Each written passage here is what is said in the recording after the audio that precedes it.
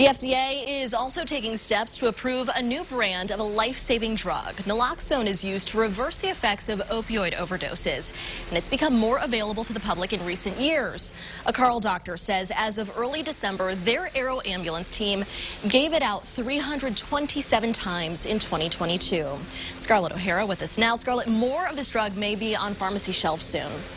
That's right. A nonprofit was recently granted priority review for its new drug application. The product is called Revive, and the intent is to do just that. It's a naloxone nasal spray, and an addiction recovery doctor told me all about how it works.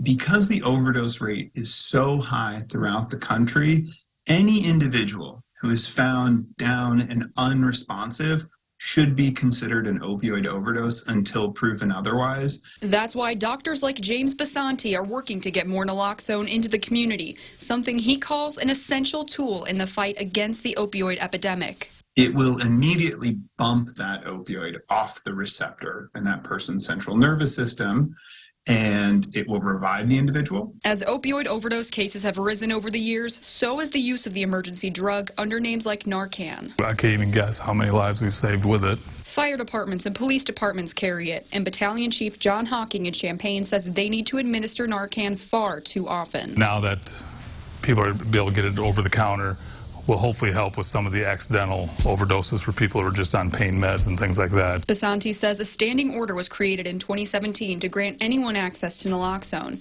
and he recommends having some on hand if you or someone you know is using opioids. Whether it's with people just receiving a opioid prescription because they have chronic or acute pain, or for people who just want to be empowered to save a life if they encounter a person overdosing on opioids. He says signs of an overdose you should look out for are if someone is unresponsive, cool to the touch, breathing slowly, and blue in the fingers and lips. And when it comes to administering the drug, it's always better to be safe than sorry. Emergency responders say naloxone won't hurt someone, even if they're suffering from a heart attack, stroke, or seizure. But if the reason they are unresponsive is in some way, shape, or form related to an opioid, you will likely save their lives.